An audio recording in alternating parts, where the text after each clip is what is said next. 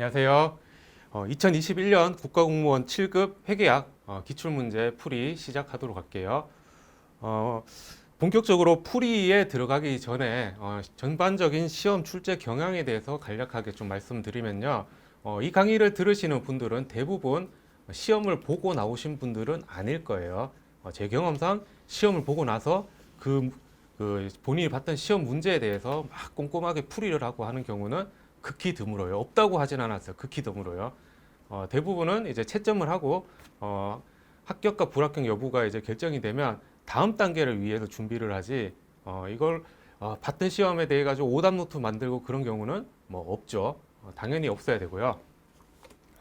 당연히 이 이제 강의 자체는 내년에 시험을 보시는 분들이 대비를 하기 위해서 보실 거라는 것을 염두에 두고 그 가정 하에서 제가 풀이를 시작을 할 거예요.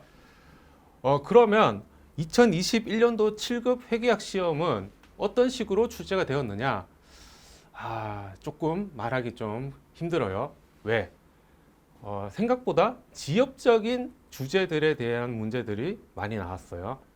예를 들어서 리스라든지 위험 회피 회계라든지 사실 여러분들한테 그 한 문제를 위해서 리스 회계 전체를 공부를 해라.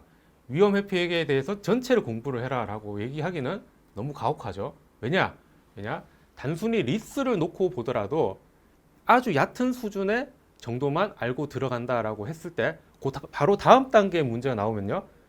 어차피 틀리게 돼 있어요. 한 중간 정도 했어요. 근데 거의 끝판대장 같은 애가 나왔어요. 틀리게 돼 있어요. 그러면 끝판대장 같은 애가 나왔어요. 나는 거기까지 공부를 했어. 풀었어요. 맞췄어요. 좋은 거예요? 그 문제 푸는데 4분 썼어요. 망한 거예요. 그거는 그냥 찍어서 맞추는 것보다 훨씬 못한 거예요. 그렇기 때문에 시간을 많이 잡아먹고 혹은 준비하는 과정에서 너무 깊게 시간을 쏟아 부어야 된다라고 하면 그건 과감하게 제끼는 게 낫다는 게 저의 중론이에요. 실제로 저는 시험 공부할 때도 그렇게 공부를 했었고요. 극단적으로는요, 합격하고 난 다음에 공부하셔도 돼요. 필요한다면 실무를 하면서 그게 훨씬 더 낫다. 가장 중요한 거는 빠른 시간에 합격을 하는 거다. 지엽적인 거는 실무하면서 합격하고 나서 해도 된다. 아시겠죠? 그리고 기존에 좀 많이 나왔던 주제들에 대해서도 특히 이번에 말 문제가 굉장히 구석탱이에 있는 기준서의 내용들이 나오고 그런 것들을 이제 봤을 때 그렇다면은 여러분들이 시험장에 가기 전에 그 기준서를 모두 다 꼼꼼히 읽고 들어가야 되느냐? 여러분들이 회계학만 공부한다라고 하면 당연히 그렇게 하면 되겠죠. 그렇게 해야 되고요. 근데 여러분들은 시험을 볼 과목이 겁나 많잖아요. 겁나 많은데 제 욕심만 차리자고 신동훈 회계사한테 들어오면 무조건 회계학 100점이야. 근데 그럼 뭐예요? 다른 과목이 그냥 작살을 나는데 그렇게 하면 여러분들 합격이랑 멀어지는 거예요. 여러분한테 주어진 시간은 한정적이에요. 그 한정적인 시간을 어떻게 쏟아부어서 합격으로 가느냐가 중요한 거지. 다른 거 다 잘 보고 하나가 그냥 작살이 나가지고 떨어지고 이런 거는 절대 바람직하지 않은 거예요. 차라리 신동훈한테 배웠는데 안 배운 거 나왔어. 그래서 내가 틀렸어. 그거 하나 틀려서 그거 공부 안 한 시간에 여러분들이 다른 과목을 공부를 해서 합격을 했다. 저는 그걸로 충분히 만족을 해요. 저는 여러분들을 올해도 보고 내년에도 보고 3년 뒤에도 보고 5년 뒤에도 보고 그러고 싶지 절대 않아요. 절대 않아요. 이제 관공서에 갔을 때 누군가가 선생님 저 선생님 강의 옛날에 들었어요. 라고 얘기해 주기를 원하는 거지. 동영상 올해 듣고 내년에 듣고 절대 싫어요. 그냥 우리 한 번만 보고 끝내는 걸로 스쳐가는 인연으로 아시겠죠? 그러다가 우연찮게 관공서에서 만나는 걸로 그렇게 해요. 자, 그래서 뭐 욕심 같아서는 여러분들 100점 맞게 하려고 그 리스에 대한 부분, 리스는 아마 이제 기준서가 개정된 지 얼마 안 됐기 때문에 그런 취지에서 냈을 것으로 보이고요. 뭐 그런 것들 이제 다 열심히 여러분들한테 하라라고 얘기하고 싶어요. 하지만 그렇게 하면 여러분들 합격에서 멀어지는 길이다. 그래서 어쩔 수 없이 저는 오늘 해설 강의는 어떤 중요한 포인트 위주로 하고 제가 실제로 시험장에서 문제를 푸는 스타일에 최대한 가깝게 그렇게 얘기를 할 거예요. 어차피 이제 시험장 내년에 가기 전에 우리 문제풀이라든지 거기서 정식적으로 꼼꼼하게 한 단계 한 단계 하는 거는 다 연습을 하기 때문에 오늘 뭐 짧은 시간에 기출문제 해설을 하기 위해서 실제로 여러분들이 시험장에서 어떤 식으로 가는 것이 가장 바람직한가, 아직 여러분들 완전하게 시험 준비가 안 된 분들이 대부분일 거기 때문에 완전 시험 모드로는 안 할 거예요. 하지만 거기에 최대한 가깝게 한번 보여드리겠다라는 거예요. 자, 그러면 우리 본격적으로 회계학 1번 먼저 볼게요. 일반 목적 재무 보고에 대한 설명으로 옳지 않은 것은 이라고 되어 있는데요. 이거는 약간 상식에 대한 문제인 것 같아요. 자, 동그라미 1번에 보면요. 만약에 내가 투자자라고 했을 때 삼성전자, 현대차에 대해서 뭐가 궁금해요. 재무제표에 대해서 뭔가 이상한 게 있는 것 같아요. 그래가지고 그거에 대해서 밝혀라 라고 거기 현대차 그런 데다가 이제 재무팀에다가 메일을 날렸어요. 알려줄까요? 안 알려줘요. 상법상에 특정 이제 조건이 만족을 할 때 그때 열람을 청구할 수 있는 것이지, 내가 꼴랑 한 주 갖고 있다. 꼴랑 아니야. 저 한 100주 갖고 있는데요. 한 주나 100주나 똑같다. 다 꼴랑이다.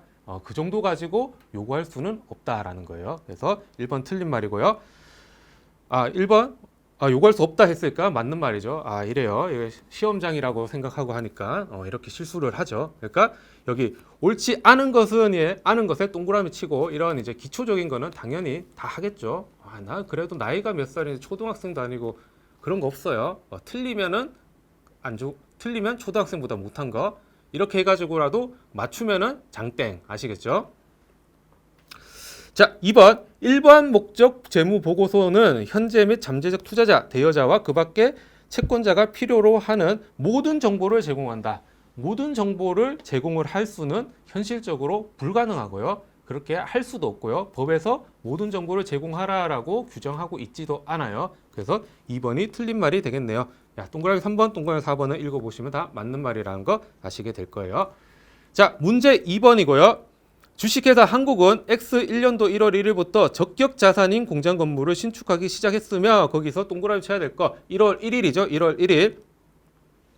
그리고 X2년 10월 31일에 완공했다. 거기 X2년 10월 31일에는 줄 쫙 그어놔야 돼요.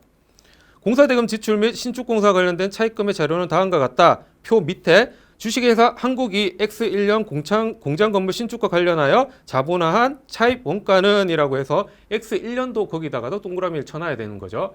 그래서 우리는 X1년도에 대해서 자본화할 차입 원가에 대해서 지금 문제를 풀어야 된다라는 거예요. X2년도가 아니에요.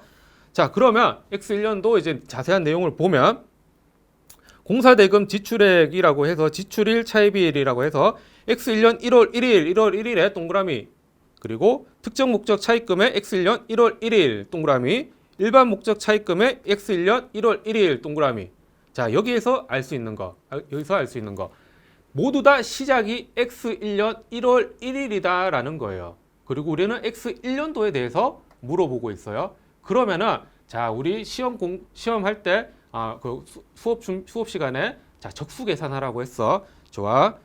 공사 지출 금액 10만 원 곱하기 365일 곱하기 365분의 1.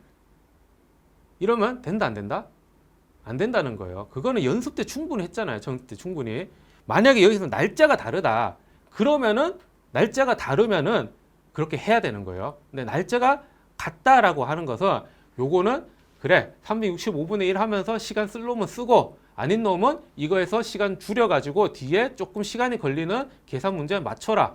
그리고 경제학에서 시간 쓴 사람들 여기서 좀 세이브를 해라. 이런 목적을 가지고 출제위원이 착한 마음이 묻어있는 문제예요. 그 착한 마음을 받아들이지 않고 마음대로 365 곱하기 365분의 1 이러면 돼요, 안 돼요? 안 돼요. 그렇죠? 그래서 이 문제는 이렇게 가야 되는 거예요. 2번. 자, 공사대금 지출 금액이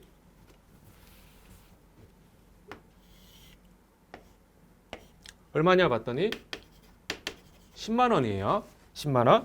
자, 이 10만 원이 특정 차입금과 일반 차입금 중에서 뭐부터 먼저 차게 돼 있죠?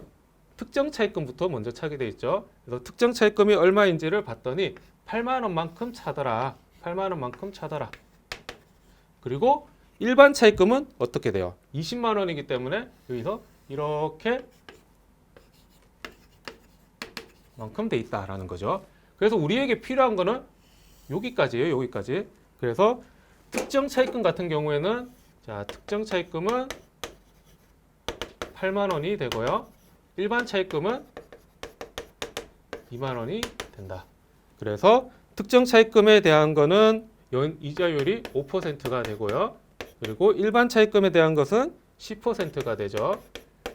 자, 그래서 4,000원 그리고 2,000원.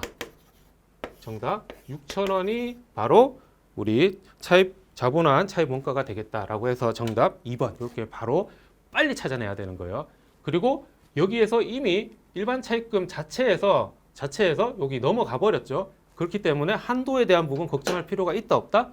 없다라는 거예요. 그런 것도 신경 쓸 필요 없다. 바로 그냥 6,000원 찍고 넘어가면 된다. 자, 3번. 국가회계 기준에 관한 규칙의 수익과 비용에 대한 내용으로 옳은 것은 이라고 되어 있어요. 옳은 것은 옳은에 동그라미 쳐놔야 되겠죠. 자, 1번. 정부가 부과하는 방식의 국세는 납세 의무자가 세액을 자진 신고하는 때의 수익으로 인식한다라고 되어 있어요. 근데 세금은 이렇게 돼요. 내가 이만큼 세금 낼 게 있어요라고 신고하는 세목이 있어요. 대표적인 게 뭐 소득세 있고요. 그리고 법인세 있고요. 부가가치세 이런 거 있어요. 대표적으로 여러분들 많이 들어봤던 거 그런 것들은 부과해서 내가 신고해서 바로 납부를 하는 것이다. 그리고 반대로 국가에서 야, 너 이거 얼마 내야 돼라고 해서 고지해서 납부하게 하는 방식이 있어요. 고지해서 납부하게 하는 방식. 그런 것들이 이제 뭐 예를 들어 재산세라든지 아니면 상속세, 증여세 같은 경우도 사실은 고지의 형식이라고 보는 게 조금 더 가까워요. 그래서 내가 신고해서 하느냐 아니면은 내가 그 고지서를 받고 내느냐 이런 차이가 있거든요. 자, 그러면 국가 입장에서 납세자가 신고를 했을 때 수익을 인식을 하는 놈이 있을 거고, 내가 야 이거 얼마만큼 내야 될까 내라고 던질 때 내가 수익을 인식하는 게 있을 수 있겠죠. 당연히 신고하는 놈은 그 놈이 신고할 때가 될 것이고, 고지서를 날리는 거는 고지서를 날릴 때가 될 거예요. 근데 여기 뭐라고 되어 있어요? 부과하는 방식의 국세는 납세 의무자가 신고하는 때라고 되어 있죠. 그거는 바로 밑에 있는 동그라미 2번이죠. 신고 납부하는 방식이죠. 그리고 동그라미 신고 납부하는 방식의 국세는 국가 고지하는 때가 아니라 납세 의무자가 신고하는 때가 되는 거죠. 그 둘이 바뀌었어요. 자, 동그라미 3번. 원가는 어쩌고 저쩌고 해가지고 요거는 맞는 말이다라는 거 알 수가 있을 거고요. 동그라미 4번. 재화나 용역의 제공 등 국가 재정 활동 수행을 위해서 자산이 감소하고 그 금액을 합리적으로 측정할 수 있을 때, 또는 금액을 합리적으로 측정할 수 없더라도 법령 등에 따라 지출에 대한 의무가 존재한다면 비용으로 인식한다라고 되어 있는데, 금액은 항상 합리적으로 알아야 되는 거죠. 금액을 모르는데 어떻게 수익과 비용을 인식을 하겠어요? 그 금액은 당연히 합리적으로 알아야지 된다. 자, 문제 4번. X년 초에 무형자산의 라이센스 5만 원을 정액법으로 내용연수 10년, 잔존가치 0원, 재평가 모형에 의해서 취득을 했다라고 되어 있어요. 자, 여기 5만 원 동그라미 치고, 정액법 동그라미 치고, 내용연수 10년에 10년 동그라미 치고, 잔존가치 0 거기다가 동그라미 쳐야 되겠죠. 그리고 재평가 모형에는 줄을 쫙 그어놔야 돼요. 자, 스타트는 5만 원, 그리고 5만 원에서 빼는 잔존가치는 0원, 그리고 정액법이기 때문에 나누기 10 하면 되겠다라는 걸 알 수가 있는 거죠. 자, 공정가치가 45,000원, 45,000원, 뭐 52,500원, 525,000원 이렇게 되어 있어요. 자, 그럼 요거는 어떻게 풀 것이냐? 감가상각이라고 하는 것은 자산을 취득하고 감가상각비가 인식이 되면서 점점 비용화되는 정도로 나타내는 게 바로 감가상각비다라고 얘기를 했어요. 자, 그러면 요거는 정액법이기 때문에 처음 시작이 5만 원에서 시작해서 쭉 같은 정도로 떨어지게 될 것이다 라는 거 알 수가 있죠. 시작은 5만 원이었어요. 근데 자, 여기서 1년이 지나고 2년이 지났을 때 이렇게 감가상각이 하게 될 것이다. 요 감가상각되는 금액은 얼마냐? 5만 원에서 마이너스 0 나누기 10해서 5천 원이다 라는 거예요. 5천 원만큼씩 감가상각이 된다. 마이너스 5천. 자, 여기선 제가 이렇게 적었는데요. 시험장에서는 그냥 5만 원 나누기 10하고 바로 가야 되는 거예요. 5천 원. 그래서 4만 5천 원. 그리고 4만 원. 이렇게 적어야 된다. 다음 5천 원 이런 것도 적을 필요도 없어요. 적을 필요도 없어. 그냥 감가상각비에 대해서 물어보는 게 전혀 없잖아요. 그냥 이게 X 1년이고 X 2년이다라고 했을 때 X 1년 말, X 2년 말에 대한 장부 금액이 중요한 거예요. 장부 금액이.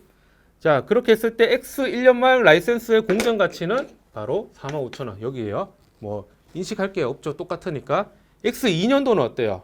공정 가치가 52만 5천 원으로 껑충 뛰었어요. 여기 52만 5천 원으로 껑충 뛰었다. 그러면 요 차이 나는 만큼을 어떻게 해줘야 되겠어요? 평가이익을 잡아줘야 되겠죠. 뭐 평가잉여금, 평가이익 뭐 다 상관없어요. 여기서 숫자를 4만 원 맞죠? 40만 원이었네요. 어쩐지 숫자가 45만 원, 40만 원. 40만 원짜리를 52만 5천 원으로 올려야 된다. 그래서 플러스 12만 5천 원.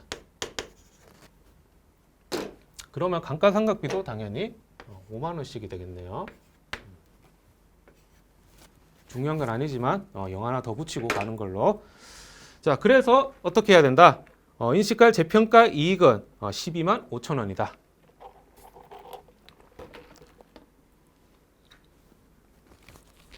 자, 문제 5번요. 문제 5번.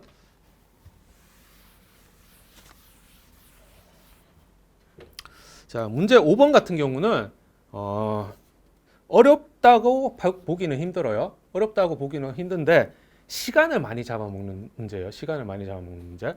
그래서 우리가 아까 문제 2번에서 세이브한 시간을 여기다 써야 되는 거예요. 그렇지 않으면은 이거는 맞춰도 맞춘 게 아니다. 그렇게 되는 거예요. 자, 그러면 우리는 어떻게 할 것인가 한번 볼까요?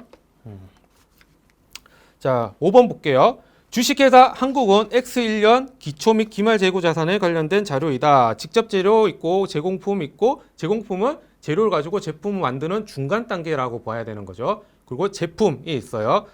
매출 원가의 20%를 매출 원가의 이익으로 가산해서 제품을 판매하고 있으며 매출액은 6만 원이다 라고 되어 있죠. 자, 여기에서 알 수 있는 거. 자, 보통 매출액의 몇 퍼센트가 매출 원가다라고 하면 여러분들 잘 계산을 해요. 근데 원가에 얼마를 가산을 해서 이익을 가산해서 매가가 정해진다라고 하면 여러분들이 엄청 헷갈려 하세요. 그럼 우리 중학교 때 아니 요즘은 뭐 초등학교 때죠. 초등학교 때 공부했던 방정식 있잖아요. 방정식. 그거 생각하면 쉬워요. 원가를 X라고 두는 거예요. 그리고 이 X에다가 20%를 가산을 한 게 바로 뭐다? 매출액이라는 거예요. 매출액. 여기서 매출액이 얼마예요? 6만 원이죠. 그렇기 때문에 우리가 매출 원가를 정할 때는 6만 원에다가 1 플러스 20% 이렇게 해준다라는 거예요. 간단하죠. 요게 여기서 나온 거예요. 여기서. 왜 초등학교 공부까지 내가 시켜야 되는지 모르겠지만 이렇게 나온 거다. 아시겠죠? 그래서 요거를 계산해 보면은 우리 간단하게 5만 원인 것을 알 수가 있다. 그래서 매출 원가는 5만 원이다. 자, 그러면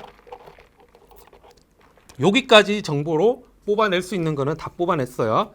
그러면 이제 다음에 한국의 X년도 직접 재료 매입액은 15,000원. 직접 재료 매입액 15,000원. 거기다가 줄 쫙 그어놓고 제조 간접 원가는 가공 원가의 40%. 거기다가 줄 쫙 그어놓고 그리고 X년도 기초 원가는 이라고 물었어요. 기초 원가는. 자, 그랬을 때 이제 쭉 풀어봐야 되겠죠. 자, 먼저 직접 재료비 2,000원이 있고요. 기초. 그리고 제공품 기초에 8,000원이 있어요. 그리고 제품 기초 7,000원이 있죠. 그리고 기말에는 어떻게 있어요? 7,000원이 있고, 그리고 제공품이 5,000원이 있고, 그리고 10,000원이 있다라는 거예요. 자, 그런 다음에 이쪽에 들어와야 되는 것도 뭐가 있어요? 그렇죠? 매출원가 50,000원이 여기 들어온다. 그리고 또 들어와야 되는 거 직접 재료 매입액 15,000원이 여기 있죠. 그리고 들어와야 되는 게 아까 얘기했던 제조 간접 원가는 가공 원가의 40%다라고 해서 여기 이제 두 개가 나오죠. DL 그리고 오버헤드 H. 오버헤드 코스트가 같이 나와야 된다. 그래서 차대를 맞춰 봐야 되는데, 자, 이거는 다 더하면 얼마가 되죠? 이게 72,000원이 되는 거죠. 그래서 여기 빈 거에 숫자를 찾아낼 수가 있는데, 요 찾아내면 얼마가 되죠? 요거 찾아내면 4만 원이 되죠. 4만 원. 그렇게 여기까지 찾았다. DL과 OH를 더한 게 4만 원이다까지는 일단은 찾았어요. 자, 그런데 우리가 찾고자 하는 것은 뭐예요? 기초 원가를 찾아야 되는 거죠. 기초 원가. 그러면은 여기에서 DL과 그리고 DM을 찾아야 되는 거죠. DM 더하기 DM을 찾아야 되는 거죠. 자, 그러면 DL부터 여기서 먼저 찾아야 되는데, 여기 보면은 제조 간접 원가는 가공 원가의 40%다라고 했어요. 요 두 개 더한 게 가공 원가잖아요. 이거의 40%가 OH예요. 그러면 여기서 어려운 거 DL은 몇 %일까요? 요거 더해서 100%가 4만 원. 이게 40%. 그러면은 요거는 몇 프로일까요? 그렇죠. 60%. 아, 어려운데요. 곤란해요. 40% 더하기 60%는 100%. 요 정도는 선행학습을 하고 와야 돼요. 자, 그래서 60% 한 게 얼마다? 64, 24, 24,000원이 되겠네요. 24,000원. 그래서 여기에서 24,000원 이렇게 별 표시 하나 해놔야 될 거예요. 자, 그럼 우리가 DM을 찾아야 되는데, 이 DM이 여기 묻어 있죠. 여기 묻어 있어요. 그래서 이걸 어떻게 해야 되느냐? 여기 있잖아요. 2,000원. 2,000원 있고, 기말에는 어때요? 7,000원 있고, 매입이 얼마가 있었죠? 매입이 여기 있죠. 이거 15,000원이 들어왔어요. 그러면 요 나머지 빈 게 바로 뭐가 된다? DM이 되는 거죠. DM. 그래서 더해보면 어떻게 돼요? 10,000원 된다라는 거죠. 그래서 이렇게. 그래서 10,000원 더하기 24,000원 하니까 얼마가 돼요? 34,000원이 된다. 그래서 정답은 3번. 어렵다기보다는 시간을 써야 되는 문제예요. 시간을. 그래서 나머지에서 시간을 아끼고 그걸 통해서 이런 어렵지 않지만 시간을 소비를 하는 문제는 시간을 좀 써가지고 맞춰줘야 된다라는 거예요. 시간도 써야 되는데요. 어려워요. 그거는 풀어요. 풀지 말아요. 그건 찍고 넘어가야 되는 거예요. 찍고 넘어가요. 그게 훨씬 더 유리해요. 우리가 회계학만 보는 게 아니잖아요. 그리고 회계학 자체도 시간이 겁나 많이 들어가요. 그러면 선택과 집중을 해야 돼요. 만약에 100점을 맞아야지 합격을 한다라고 한다면 그때는 이제 난감하죠. 근데 그게 아니에요. 그렇기 때문에 때로는 버리는 게 큰 걸 없는 길일 수가 있다라는 거예요. 너무 지엽적인 거, 사소한 거에 막 목숨 걸면요. 죄송한 얘기지만 장수를 할 가능성이 커져요. 우리는 때로는 팔다리를 잘라내고 살아서 생존해서 합격을 하자라는 전략으로 이제 마음을 먹어야 되는 거예요. 너무 무거운 얘기를 했네요. 자, 다음 6번 한번 볼게요. 6번. 자, 6번 기본 주당 주당 이익을 물어봤어요. 기본 주당 이익. 다행히 희석에 대한 문제가 안 나왔어요. 그래서 엄청 복잡한 것처럼 보이지만 이거 역시 시간을 핵심만 잡아가지고 줄이고 5번에서 썼던 시간을 만회하기 위한 문제가 될 것이다. 자, 왜 그러냐? 자, 다음은 주 한국의 X1년 주당이익 계산과 관련된 자료이다. 주 한국의 배당 결의가 이미 이루어졌을 경우 기본 주당 이익은이라고 해가지고 기초 유통 보통 주식수 800원 거기다가 동그라미를 쳐야 되겠죠.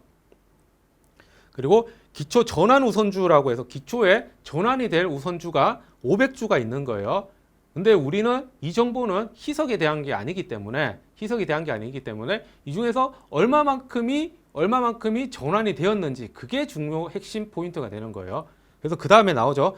7월 1일에 400주가 보통주로 전환이 됐다. 그리고 그 다음에 핵심적인 거, 기중 전환된 우선주에 대해서는 보통주에 대한 배당금이 지급이 됐다. 그러면은 우리 기본 주당 순이익 구할 때 단기 순이익에서 빼주는 거는 전환되지 않은 놈에 대한 배당금만 빼주면 되겠다라는 거죠. 자, 그러면 단기 순이익은 5만 원이에요. 그러면 6번 풀어보면 바로 단기 순이익 5만 원. 분모와 분자를 이렇게 쫙 그어 놓고요. 분모 이제 평균 주식 수를 구해야 되는 거죠. 일단 X1년 1월 1일부터 800주는 있었어요. 그리고 전환된 놈이 몇 주인가 봤더니 400주가 있다라는 거예요.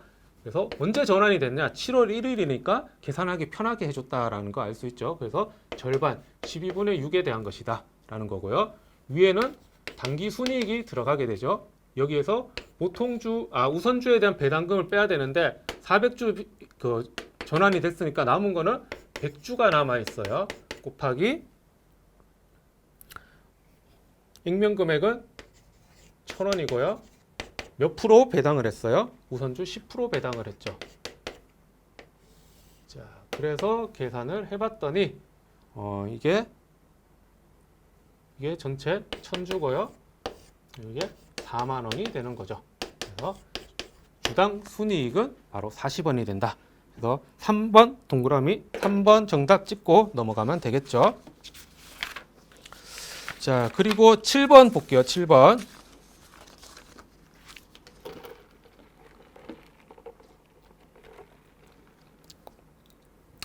자, 7번 선입선출법에 의한 원가기준 소매제고법을 사용하고 있다라고 되어 있는데 저는 개인적으로 예전에도 그랬고 지금도 그렇고 이 소매제고법을 시험에서 왜 이렇게 중요하게 다루는지 이해할 수는 없어요. 소매제고법은 교과서에만 있는 거예요. 교과서에만. 그런데 출제자 입장에서는 이거만큼 매력적인 출제 포인트가 없죠. 문제 만들기 아주 좋아요. 변수도 많아서 살짝 조작하면 정답률이 확 떨어지고요. 그 문제 포맷도 간결하죠. 그 마음 이해는 한데 참 그래요.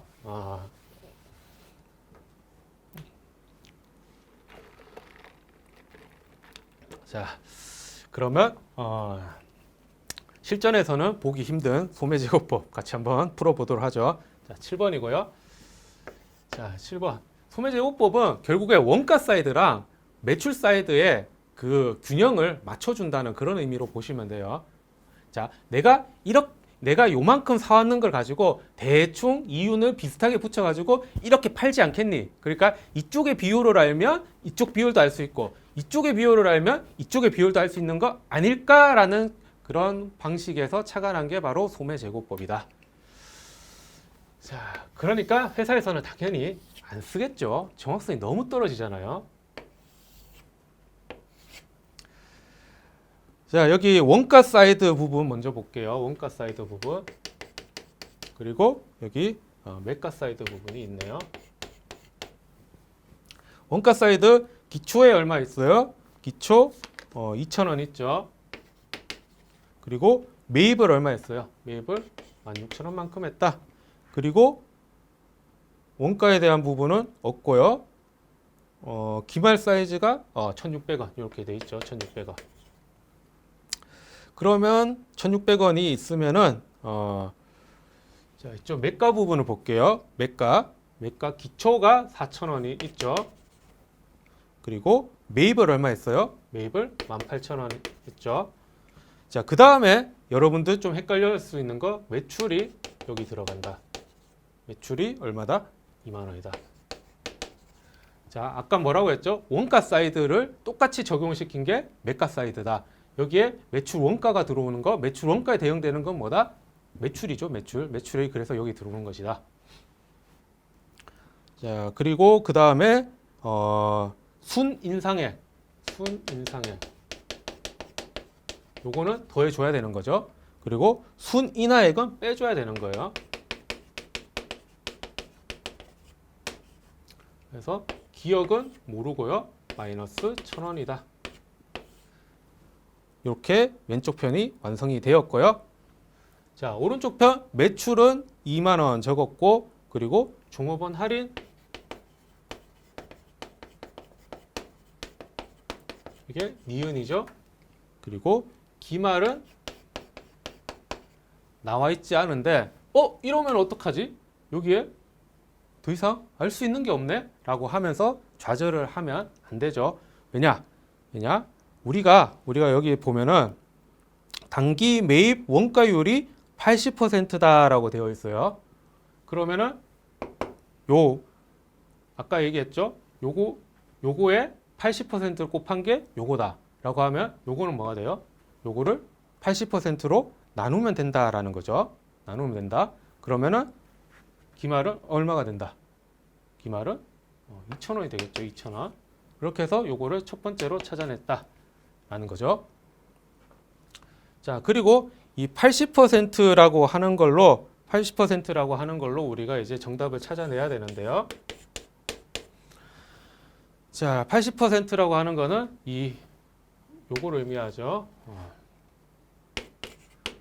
1,000원이 바로 여기 있죠. 18,000원에다가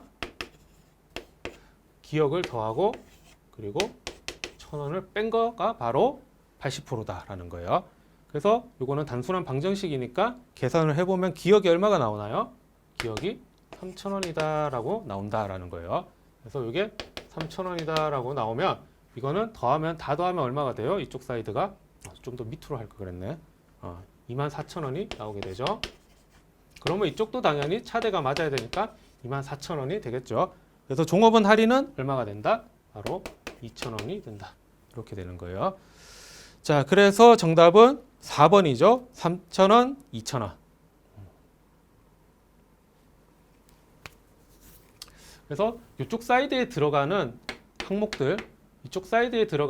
항목들, 그리고 이 80%가 의미하는 게 뭔지 이 정도만 기억하시면 어지간한 문제는 다 푸실 수가 있어요. 단지 여기에 대응되는 게 요거, 여기에 대응되는 게 요거, 여기에 대응되는 게 요거, 여기에 대응되는 게 요거 정도만 아시면은 충분히 풀 수가 있을 것이다. 자, 문제 8번이고요. 문제 8번.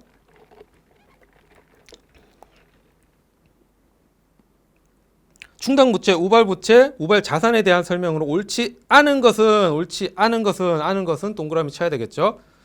자, 나머지는 읽어보시면 다 맞는 말인데요.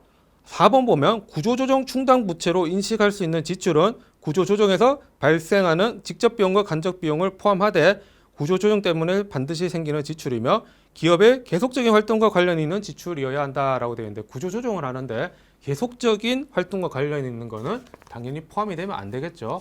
회사 문 닫는 거를 가정을 하고 지금 만드는 거니까요. 자, 그래서 4번이 틀린 말이다. 자, 문제 9번. 주 대한은 X1년 7월 1일 주 한국의 모든 자산과 부채를 취득하고 인수하는 사업 결합을 하였다. 이거 읽고 합병, 고급 회계 그러면서 넘기면은 안 되죠. 왜냐하면 그 부분에 대한 게 여러분들이 이미 어려워한다는 것을 교수님들이 너무 잘 알고 계세요. 그래서 아주 심플하게 내든지 아니면은 손도 못 대게 내든지 둘 중에 하나예요. 그래서 문제 읽어보고 아주 쉽게 내서 간단하게 내가 풀 수 있는 건 풀고요.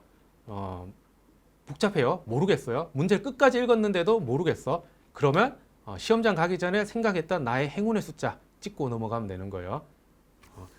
시험장에서 문제 풀 때마다 행운의 숫자 바뀌면 안 돼요.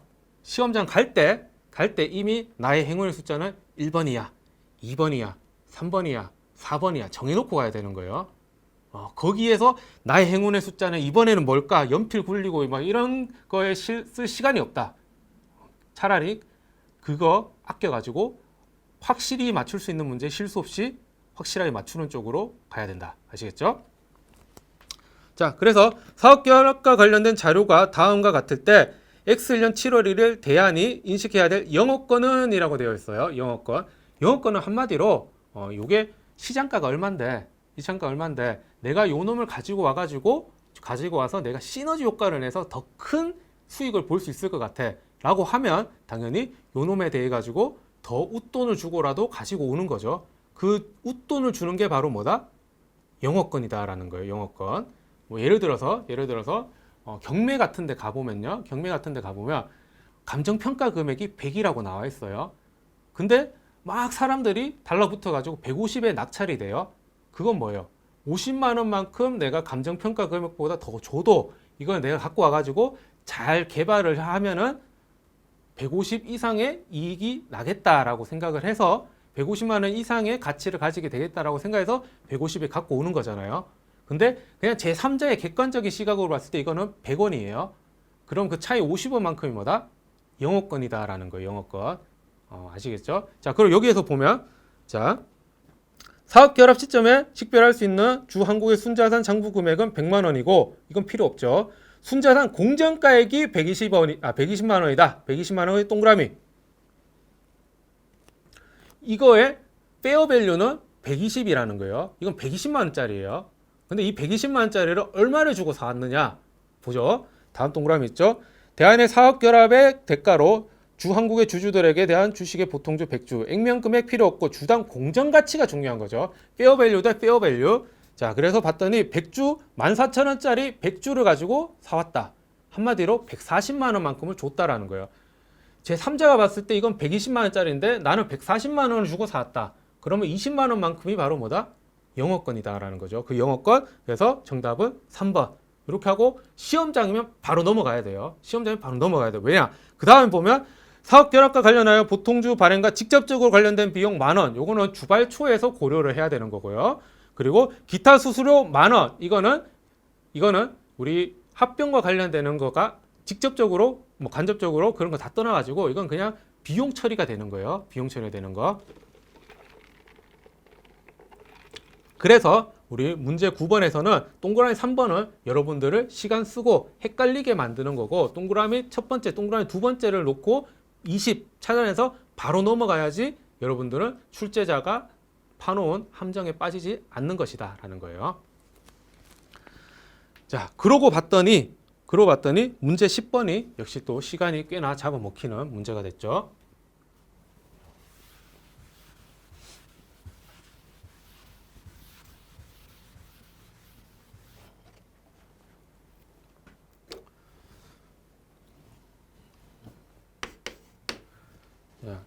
문제 10번도 최대한 시간을 줄여야 돼요. 그래서 X년도 중원관처 A부서 기타 특별회계 재무제표 작성을 위한 자료이다. 옳지 않은 것은 동그라미 쳐놓고. 그래서 동그라미 1번, 첫 번째 동그라미, 두 번째 동그라미, 세 번째 동그라미 봤더니 이거 재정운영표에 대한 거구나 라고 해서 그거 세 개를 놓고 재정운영 결과가 나오겠네라고 마음속으로 먹어야 되죠. 그래서 재정운영 결과를 찾아보면 자, 첫 번째 동그라미 28,000원에서 프로그램 수익 12,000원을 빼줘야 되겠죠. 그리고 그 밑에 인건비 5,000원 그리고 경비 3,000원은 관리 운영비니까 더해줘야 되겠죠. 그래서 더하기 5,000원 더하기 3,000원 이렇게 해주고요. 그리고 그 다음에 고려를 해야 되는 것은 자, 수익 프로그램과 직접적인 관련이 없는 수익과 비용이라고 해서 이자 비용 1,000원 요거는 더해줘야 될 것이고요. 그리고 자산 처분 손실 더해줘야 되겠죠. 그리고 자산 처분 이익 요거는 빼줘야 될 거예요. 그래서 요거 날아가고 없네요. 그래서 요거 결론을 내고 보면은 얼마가 된다? 24,000원이 된다. 그래서 재정운영 결과는 24,000원이다 해서 동그라미 1번 이거는 정답이 되겠네요. 옳은 것이 되겠네요. 옳은 것. 그리고 순자산 변동표산 재원의 조달 및 이전은 22,000원이다 라고 되어 있는데 그게 네 번째 동그라미가 되는 거죠. 자, 국고 수입 만원 그리고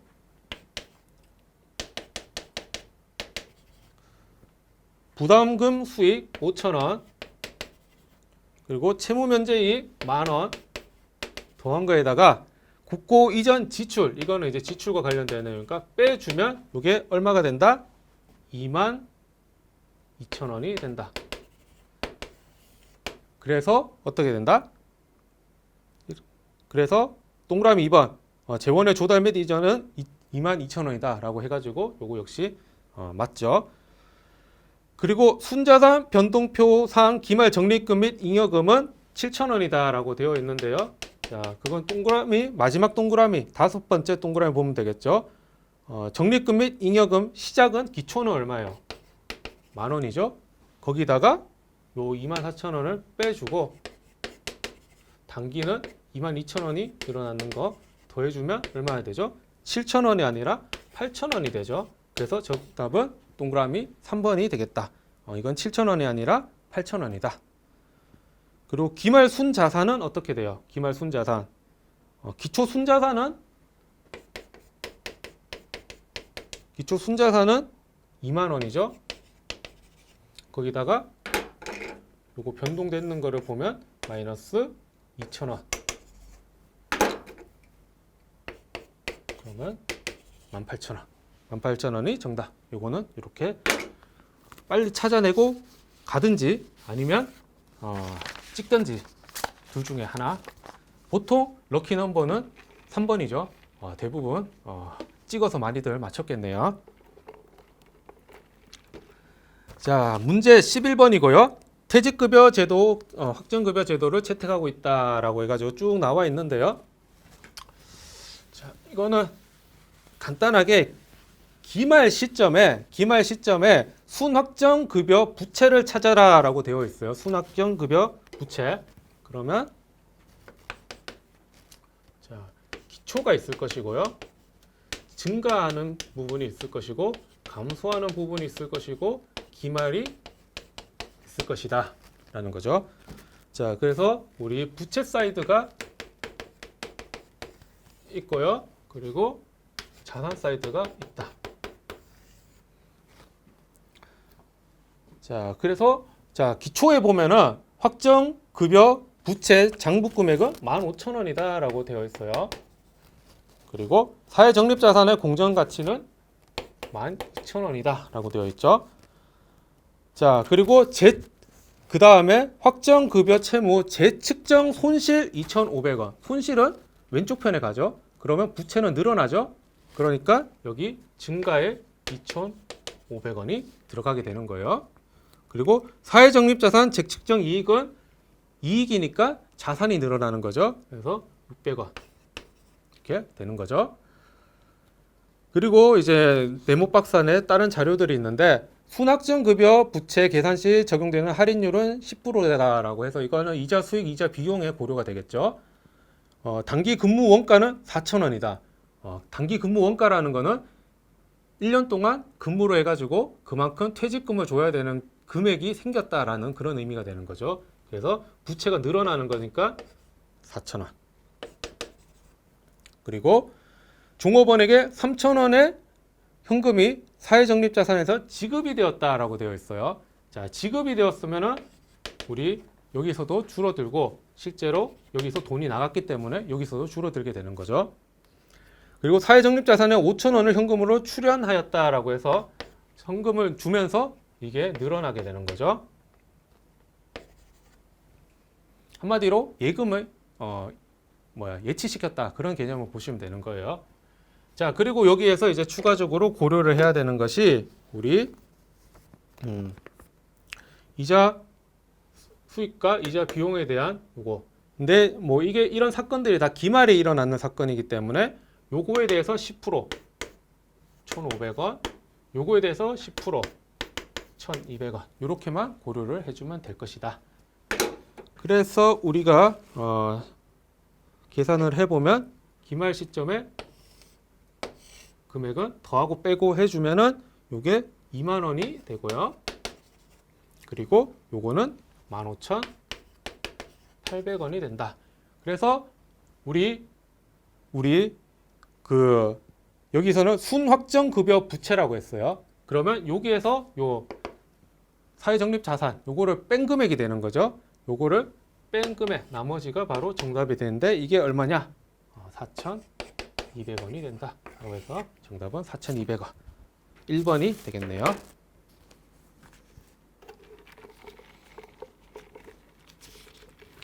자, 그리고 12번 볼게요. 12번.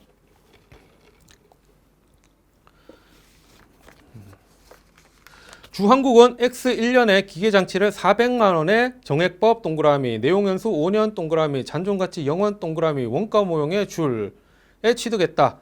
그리고 각 회계연도 말 기계장치에 대한 회수 가능가액은 다음과 같다. X2년도 말에 손상차손이 발생했고 X4년 말에 손상차손 환입이 발생했다고 판단했다. 그때 X4년도에 계상될 손상차손 환입액은 이라고 되어 있어요.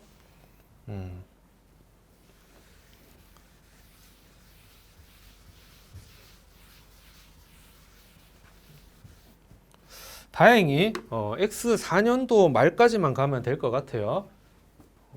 X5년도 끝까지 갈 필요는 없겠다. 그래서 슈 이렇게 떨어지는 그런 모양이 될 것이다. X1년도, X2년도, X3년도, X4년도. 그래서 X1년, X2년, X3년, X4년 이렇게 되는 것이고, 자, 시작은 어때요? 시작은 400만 원이죠. 400만 원. 400만 원인데 잔존 가치는 0원이고 그리고 내용 연수는 8년이기 때문에 1년에는 얼마씩 줄어들어요? 400 나누기 5가 되니까 80만 원씩 줄어들겠죠. 그래서 X1년도 말에는 320이 될 것이고요. 그 다음에는 240이 되겠죠. 240. 그리고 그 다음에는 160만 원이 될 것이고요. 그다음에 80만 원. 이렇게 정상적이라면 쭉 떨어지면서 X5년도 말에는 0 이렇게 가는 거죠. 그렇게 됐는데 자, 그 다음에 보면 X1년도 말에는 320이에요. 320. 자, X1년도 말에는 320. 여기죠. 페어밸류가. 아무것도 할 거 없어요. X2년도 말에는 어떻게 돼요? 180으로 떨어지게 되죠. 180만 원. 그러면 떨어지는 만큼 손상차손을 인식을 해야 되겠죠. 그리고 여기에서 이제 쭉 가야 된다라는 거예요. 쭉 가야 된다. 그래서 1, 2, 3년이 남았으니까 X3년도 말에는 120이 되겠죠. 60씩 이제 나누니까 그리고 60이 되는 것이고 이렇게 가야 되는 구조가 돼버리는 거죠. 그런데 X3년도 말에는 120 이렇게 됐죠. 그리고 X4년도 말에는 200으로 갑자기 뛰었어요. 200이 어디야? 여기 정도까지 뛰었겠네요. 200으로 뛰었다라는 거예요. 자, 그랬을 때 우리 손상차손 환입은 어떻게 돼요? 기존에 잡았던 손상차손 환입이 이렇게 왔을 때 여기까지가 되는 거죠. 여기까지는 손상차손 환입, 요 넘는 게 바로 이익 잡는 거예요. 그래서 손상차손 환입 잡아놨던 거 먼저 없애야 되는 거죠. 내가 손해라고 생각하고 있던 것부터 먼저 까고 그 다음에 플러스를 잡아가는 거예요. 손상차손 환입으로 잡는 거는 얼마다? 20만 원만큼 잡는다라는 거예요. 본전 먼저 찾아놓고 그 다음에 플러스다라는 거예요. 카드 치는데 땄다라고 하는 거는 내가 본전을 찾아놓고 막 잃다가 확 큰 판 한번 땄어요. 그랬을 때 내가 땄는 금액은 그 큰 판 전체가 아니라 그 전에 잃었던 거를 먼저 메꿔놓고 그 다음에 이제 땄는 거죠. 그렇죠? 적절하지 않은 비유인가요? 자, 그리고 13번. 자, 주한국의 대형 5개 관광판은 단위당 3,000원에 판매하고 있고 그리고 유지 서비스는 단위당 2,000원에 제공하고 있다. 매출 원가는 2만 원, 그리고 유지 서비스 원가는 만원. 그래서 7월 1일에 둘 다 묶어가지고 4천만 원만큼 판매하고 설치 완료했다라고 되어 있어요. 자, 그러면 볼게요.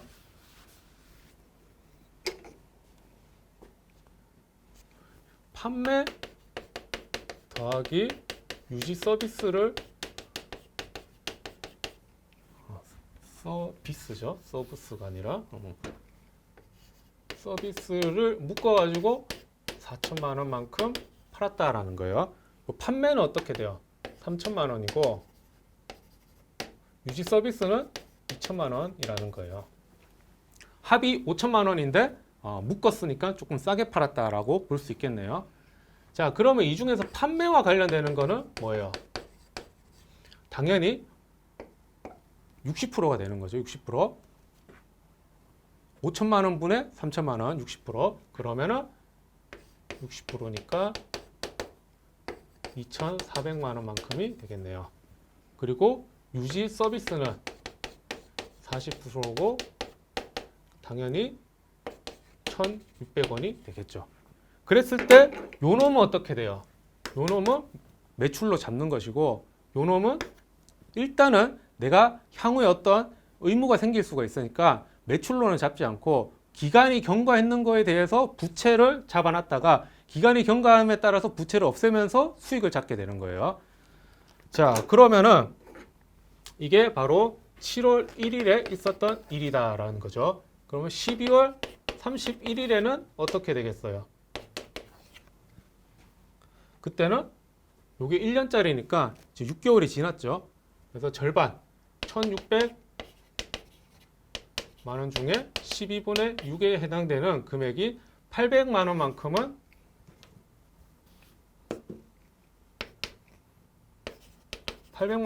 어떻게 한다? 부채를 차감을 시키면서 수익을 800만 원만큼 잡게 된다라는 거예요.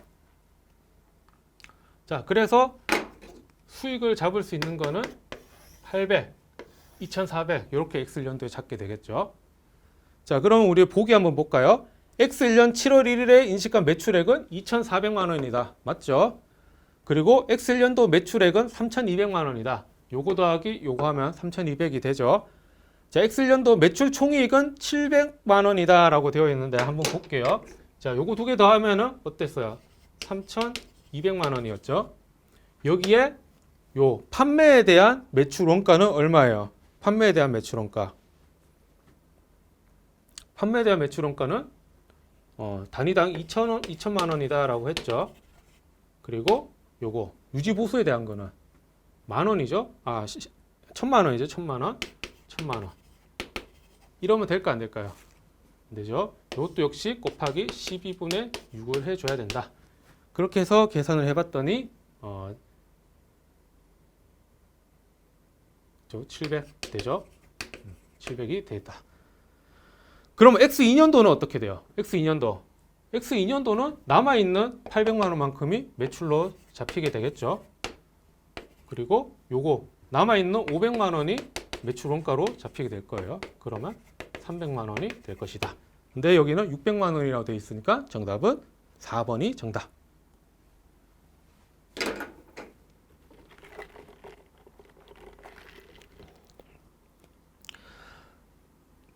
자, 그리고 문제 14번. 상품 매매 기업인 주한국의 재무 비율을 산정하기 위한 자료이다 라고 되어 있는데 이거는 뭐 간단하죠. 매출 채권 회전율 같은 경우는 매출을 평균 매출 채권으로 나누면 되는 것이고요. 나누면은 450만 원 나누기 채권 나누면은 300만 원이 되죠. 30만 원이 되죠. 30만 원. 그렇게 해서 15가 된다. 그래서 동그라미 3번, 동그라미 4번을 일단 날리고 시작을 해야 되겠죠. 그다음에 재고자산 회전율 회전 시 매출 원가를 사용할 경우 매출 채권 회전율과 재고자산 평균 처리 기간은이라고 해서 재고자산 평균 처리 기간이라고 물었어요. 자, 요거는 우리 매출 원가가 400만 원이고 그리고 재고자산이 224만 원 더하기 16만 원 나누기 2 하니까 이게 20만 원 분의 400만 원이 되는구나 라는 거죠. 자, 그렇게 해서 나왔는 게 바로 20이 되는데 요 20이 의미하는 게 뭐냐?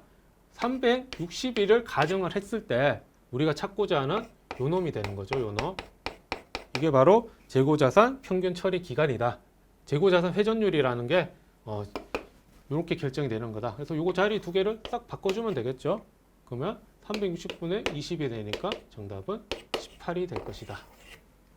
그래서 요거는 빨리빨리 정리를 빨리빨리 답을 뽑아내고 넘어가야 되는 거예요.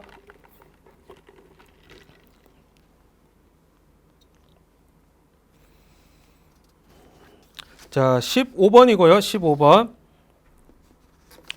부채 정의에 관한 설명으로 옳은 것은 이라고 되어 있는데 동그라미 1번은 신원을 반드시 알아야 한다라는 거는 좀 무리가 있죠. 2번은 정답이고요. 3번은 잠재력이 있어야 하고 이러한 잠재력이 존재하기 위해서는 기업의 경제적 자원의 이전을 요구받을 것이 확실하거나 그 가능성이 높아야 한다라고 되어 있는데 이게 잘못된 표현이죠. 자, 동그라미 4번은 새로운 법률이 제정되는 경우에는 법률 제정 그 자체만으로 현재의 기업의 현재 의무를 부여하기에 충분하다라고 되어 있는데 법률의 제정만으로는 아니죠. 그런 사건이 발생을 해야지 되는 거죠. 자, 16번이고요. 16번 리스에 대한 설명으로 옳지 않은 것은 이라고 되어 있는데요. 이거는 그냥 넘어갈게요. 넘어갈게요. 이거는 넘어갈게요.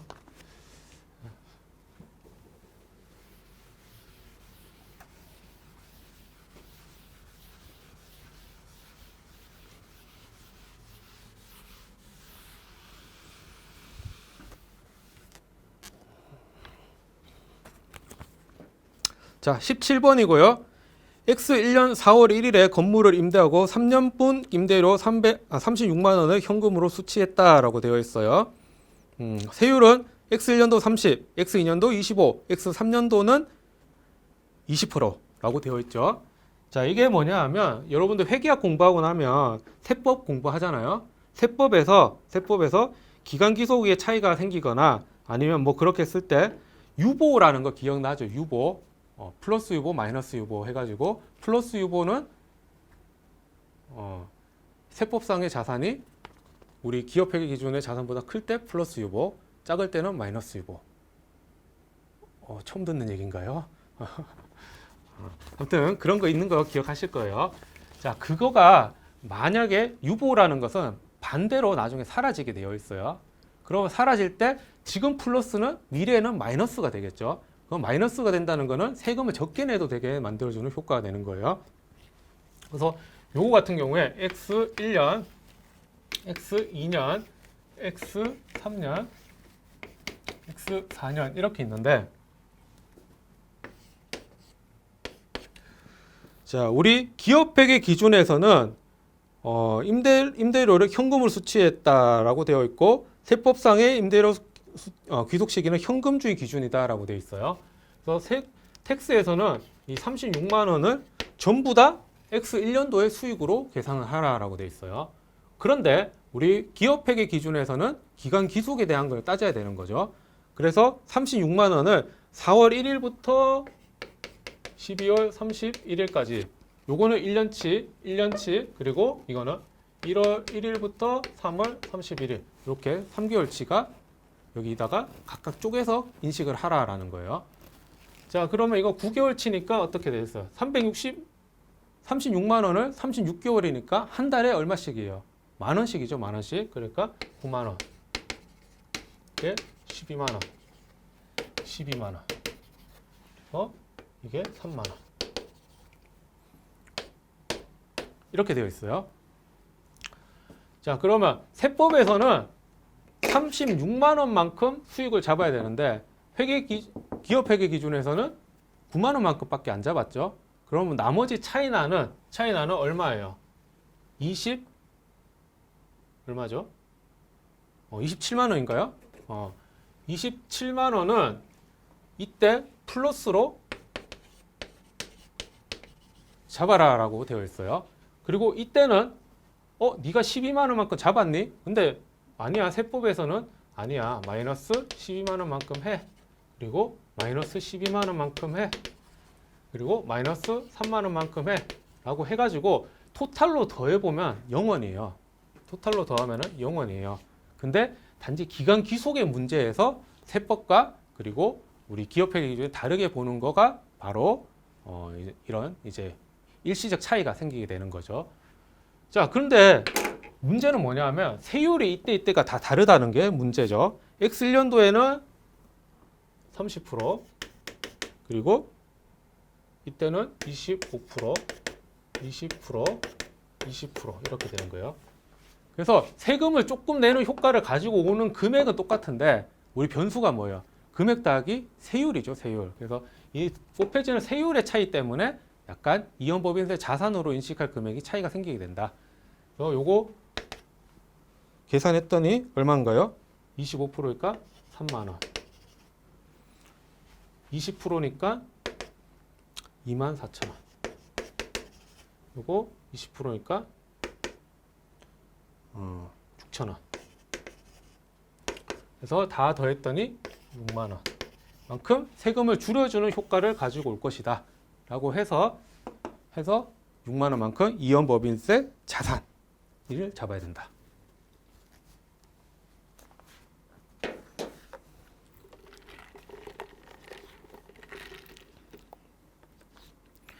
자, 그 다음 18번이고요. 재무제표와 보고기업에 대한 설명은 옳지 않은 것은 동그라미 4번에 보면 연결재무제표인데 연결재무제표는 특정 종속기업의 자산부채, 자본 수익 및 비용에 대한 별도의 정보를 제공하기 위해서 만들어졌다는 아니죠. 연결인데 별도는 아니다. 자, 19번. 자, 19번 같은 경우는 보기에서 함정을 하나 파놨어요.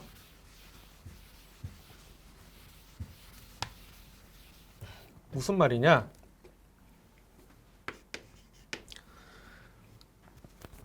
자, 학습 모형에 대한 얘기죠. 한 대 만들 때는 이 사람이 총 100시간을 써요. 근데 두 대 만들 때는 어떻게 돼요? 80%만큼의 효과가 생기기 때문에 80시간을 쓴다라는 거예요.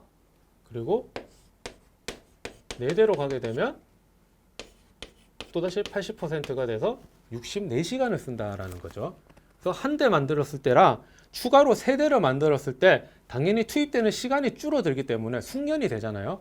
당연히 단가가 떨어지게 된다라는 거예요. 그러면 3대를 추가로 만들었을 때 제조 원가는 얼마가 되느냐라고 물어보게 되면 당연히 내가 4대 만들 때 64시간이 드는 거잖아요. 대당. 그러니까 4대 곱하기 64시간. 이 바로 토탈인데 그중에서 한 대 만들 때는 100시간이잖아요.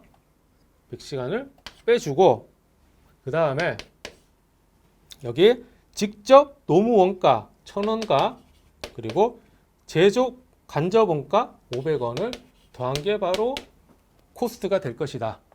그래서 요거를 계산을 해보니까 얼마이죠? 이게 8 이러니까 이게 23만 4천 원. 이렇게 보니까 정답 1번에 23만 4천 원이 있어요. 맞췄구나. 찍고 가는 순간 큰일 나죠. 네. 이거는 지금 DL과 그리고 OH에 대한 얘기잖아요. 뭐가 빠졌어요? 재료가 있어야지, 재료가. 그래서 DM에 대한 얘기가 빠졌잖아요. DM이 개당 얼마예요? 개당 8만 원씩 들어간다. 그래서 8만 원 곱하기 세대. 그래서 더하면 24만 원. 그러면 47만 4천 원. 그래서 정답은 4번이 되겠네요. 그래서 이 문제 풀기 전에 직접 재료 원가 8만 원 있죠? 8만 원. 거기다 동그라미를 쳐놓고 시작을 해야 돼요. 그래야지 실수하지 않아요.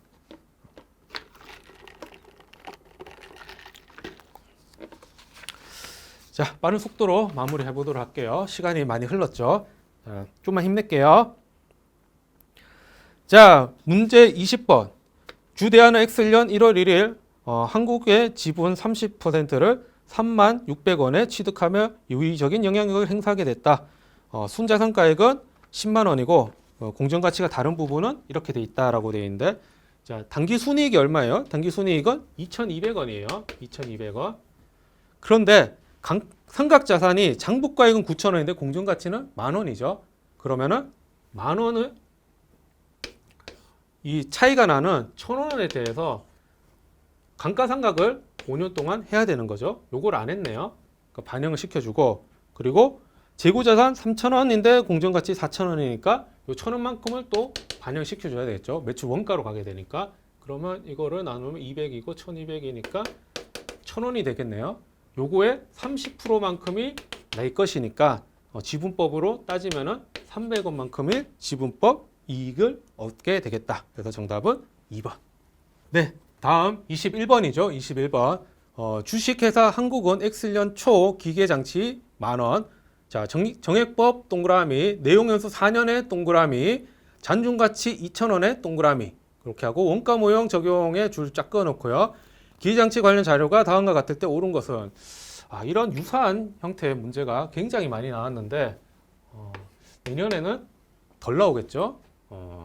아니면 또 나올 수도 있죠. 같은 분이 또 시험장 출제위원으로 들어가면 모를 일이죠. 어쨌든 계단을 굉장히 좋아하시는 분이 들어가신 것 같아요. 2, 3, 4 그래서 X1년, X2년, X3년, X4년 이렇게 되어 있고요. 취득을 얼마 했다? 10,000원에 했다. 그러면 이때 감가상각비는 10,000원에다가 2,000원을 빼고 내용연수 4년이니까 2,000원만큼씩 빠지게 되겠다라는 거죠. 그러면 X1년 말에는 8,000원이 될 것이고요. X2년 말에는 6,000원, X3년 말에는 4,000원, 그 다음에 2,000원 이렇게 되겠죠. 자, 그런데 X2년도 중에 최초로 기계장치에 대해서 재평가 모형을 변경하였으며 재평가 시 기존의 감가상각 누계는 전액 제거한 후 공정가치를 평가한다라고 해서 X2년도 말의 공정가치가 12,000원으로 공정가치가 뛰었어요. 실제로 이까지 올라가야 되는데 요렇게 할게요. 그냥 요거 12,000원이라고 쳐요. 자, 여기까지로 이렇게 쭉 올라갔다라는 거예요. 그러면 여기에서 다시 그렇죠? 여기에서 다시 이렇게 내려오게 된다. 그러면 몇 년이 남았죠? 4년이 남았죠. 4년이. 그러니까 이때 인식하는 거는 12,000원에서 2,000원 빼고 나누기 그래서 6,000원만큼씩 줄어든다. 그래서 이때 6,000원. 잠깐만요. 5,000원이죠. 5,000원. 5,000원. 그래서 5,000원 빼면 7,000원이 되고 뜨면 2,000원이 된다. 이렇게 되는 거죠. 물론 이제 이렇게 그렸어야 되는데 보기 안 좋잖아요. 그래서 이해해 주세요. 자, 그렇게 됐다라고 했을 때, 자, X1년도, 그 다음에 X3년도 말에 요거를 8,000원에 판매했다. 여기까지도 있죠. 자, 그랬을 때 이제 보기들을 보면 X1년도 감가상각비는 2,500원이다라고 되어 있는데 2,000원이죠. 2,000원. 틀렸고요. X2년도 재평가 잉여금은 4,000원이다라고 되어 있는데 6,000원이죠. 틀렸죠. X3년도 감가상각비는 5,000원이다. 맞죠? 정답 이거. 그리고 X3년도 기계장치 처분이익은 2,000원이다라고 되어 있는데 7,000원짜리를 8,000원에 팔았으니까 처분이익은 1,000원이 되는 거죠. 1,000원.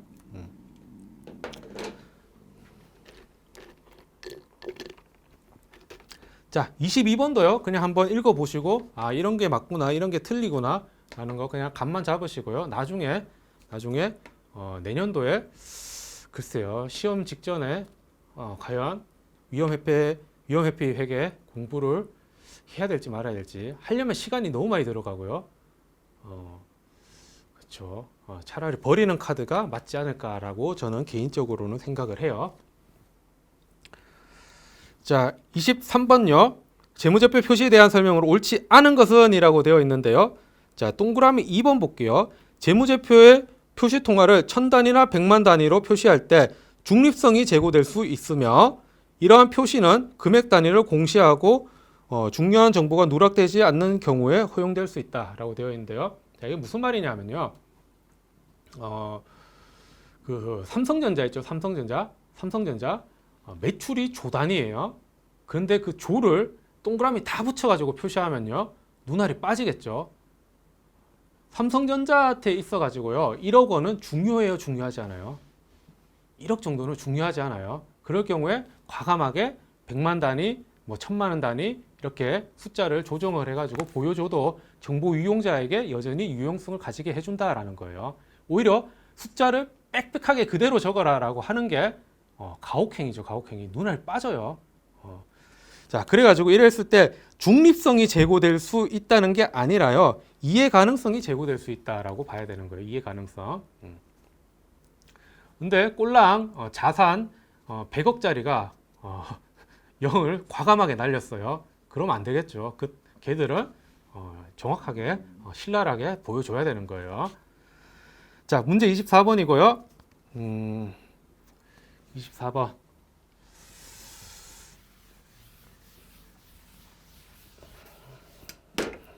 자, 24번 보면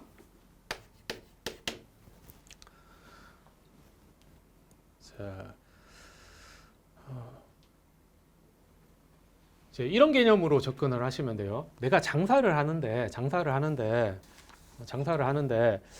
한 달에 아무것도 안 하고 숨만 쉬어도 돈이 나가는 것들 있죠. 예를 들어도 월세 나가죠. 그리고 전기세 같은 거 나가죠. 뭐 대충 그 정도 있다고 쳐요. 종업원은 없다라고 가정을 했을 때, 그러면은 내가 열심히 장사를 해가지고 돈을 벌었다라고 하면은 기본적으로 내가 숨만 쉬어도 나가는 돈은 커버를 하고 낼 거 다 내고도 남았을 때 돈을 벌었다라고 하는 거죠. 그 개념이 바로 공원이익의 개념이에요. 최소한 아무것도 안 해도 들어가는 고정비는 내고도 남았을 때 남는다라는 거. 그렇죠? 자, 그러면 고정비가 60만 원이에요. 그러면 이 양반들은 60만 원 벌 때까지는 번 게 아니죠.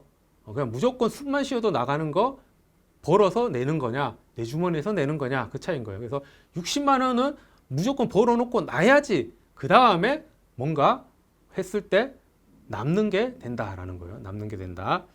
자, 그래서 그러면 얼마를 팔았을 때 고정비 60만 원이 남는 것이냐, 고정비 60만 원이 커버가 되는 것이냐라고 했을 때 바로 공원이익률을 보면 알 수가 있죠.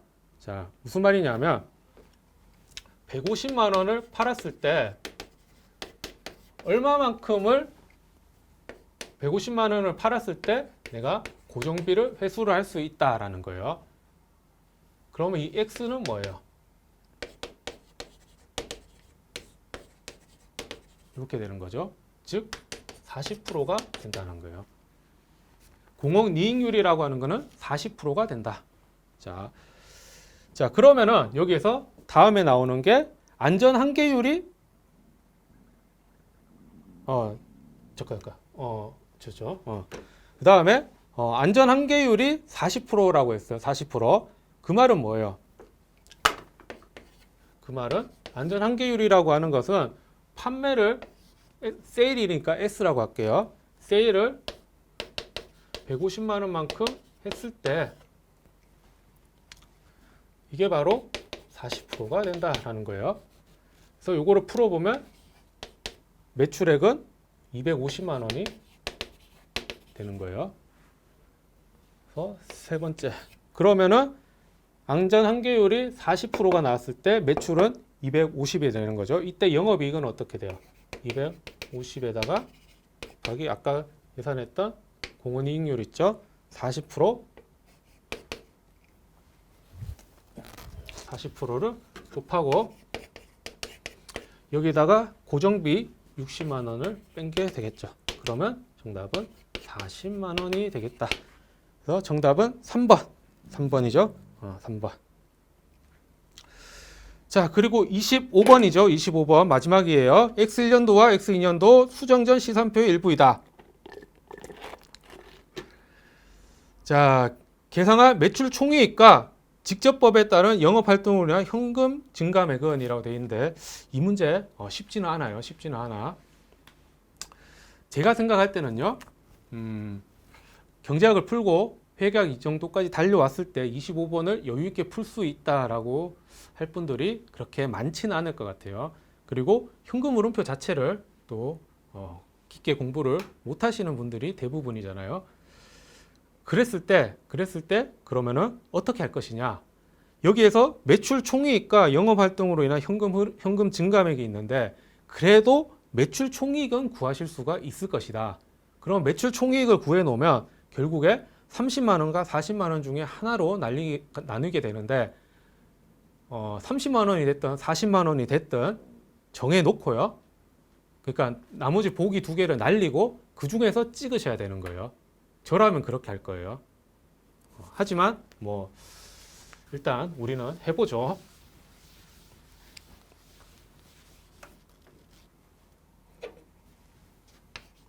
자, 마지막 25번. 자, 매출 채권이 있고요. 재고 자산이 있고 매입 채무가 있고 매출 매입이 있어요. 자, 그럴 때 우리한테 중요한 거는 뭐예요? 중요한 거는 재고 자산과 매입에 대한 자료가 되는 거죠. 재고 자산과 매입에 대한 자료. 왜? 우리가 지금 뭘 찾는다?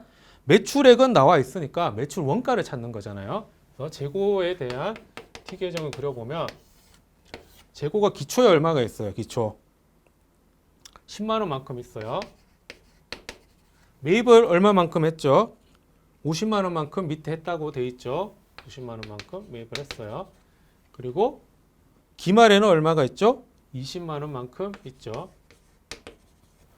그러면 여기 들어가는 매출 원가는 얼마가 된다?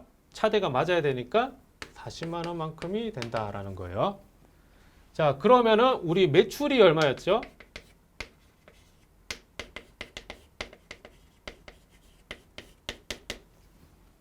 매출이 얼마예요?